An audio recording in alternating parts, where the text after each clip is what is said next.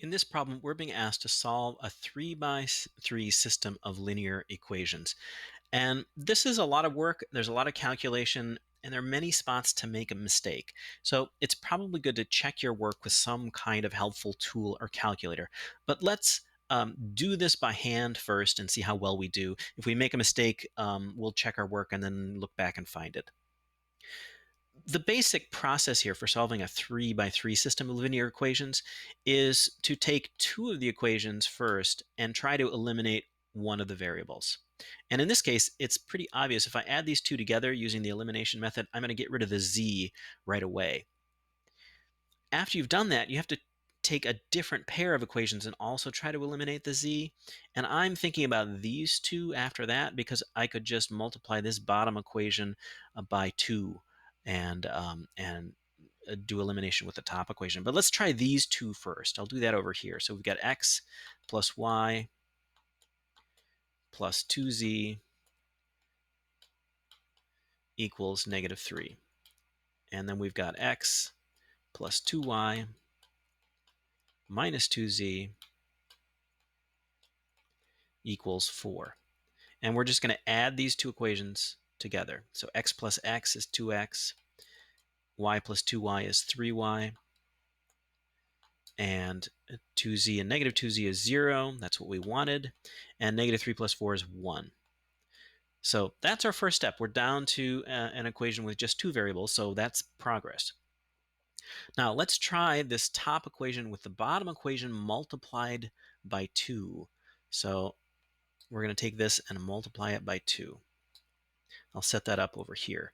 So top equation is x plus y plus 2z equals negative 3.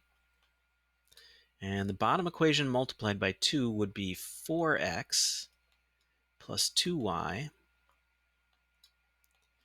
minus 2z, that's what we want, equals 10. So don't forget to multiply every term by that 2. And then we'll add those together, and the z's will disappear in this one likewise, which is great.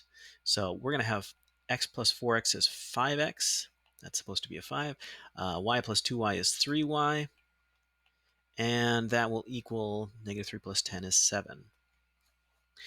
Now, what we want to do is take these two equations and put them together in such a way that another one of the variables will disappear.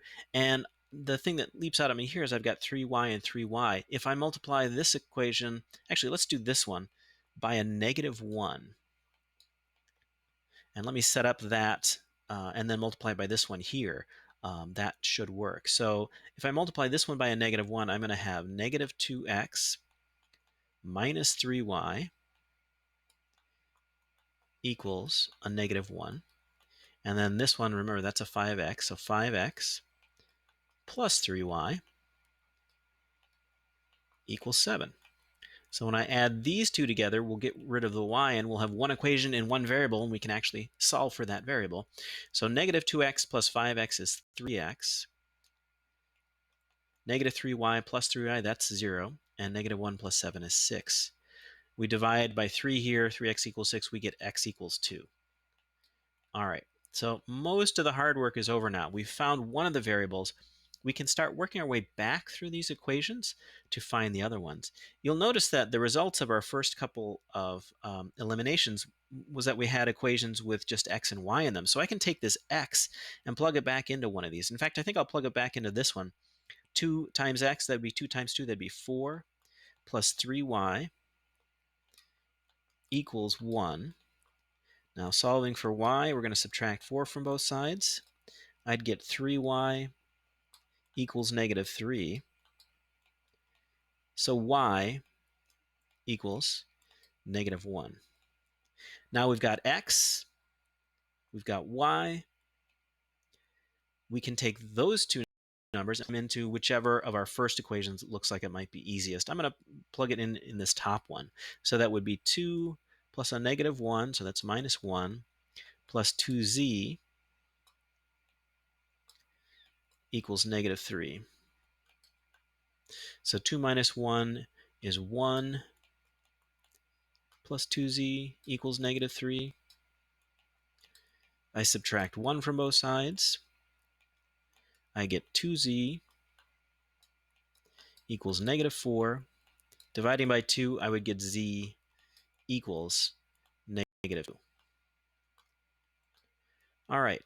So we arrived at an answer, and sometimes you'll be asked to submit your answer as a set of ordered numbers here. So it might be it's the x and then the y and then the z. So you'd put them in as 2, comma, -1, comma, -2 for your answer. But let's double check that we actually did all that right. We didn't drop a sign along the way anywhere or make some other silly mistake. We're going to use an online system of equations calculator, and there's plenty of them. This one is at mathportal.org, and what they want you to do is just put in the coefficients of all your variables and then the numbers on the other side, and then you can solve that. This one says there's a choice here to solve using Gaussian elimination. That's what we just did, so we'll do that, and you can actually see the steps and see if you made any mistakes. Let's get our coefficients here. So we've got 1, 1, 2, -3 for the top. So 1, 1, 2, and -3. And then we've got 1, 2, -2, 4. So 1, 2, and in this case, you don't type in a -2, you change the sign here. -2 and 4. And finally, we've got 2, 1, -1, 5. So 2, 1, -1, and 5. So assuming I typed all that in correctly, we can go ahead and solve the system.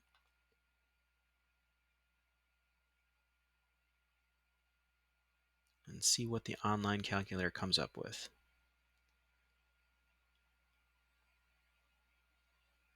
Aha, it got 2 for x, -1 for y, and -2 for z. That's exactly what we got. And then you can go through and see the steps that they chose to use here.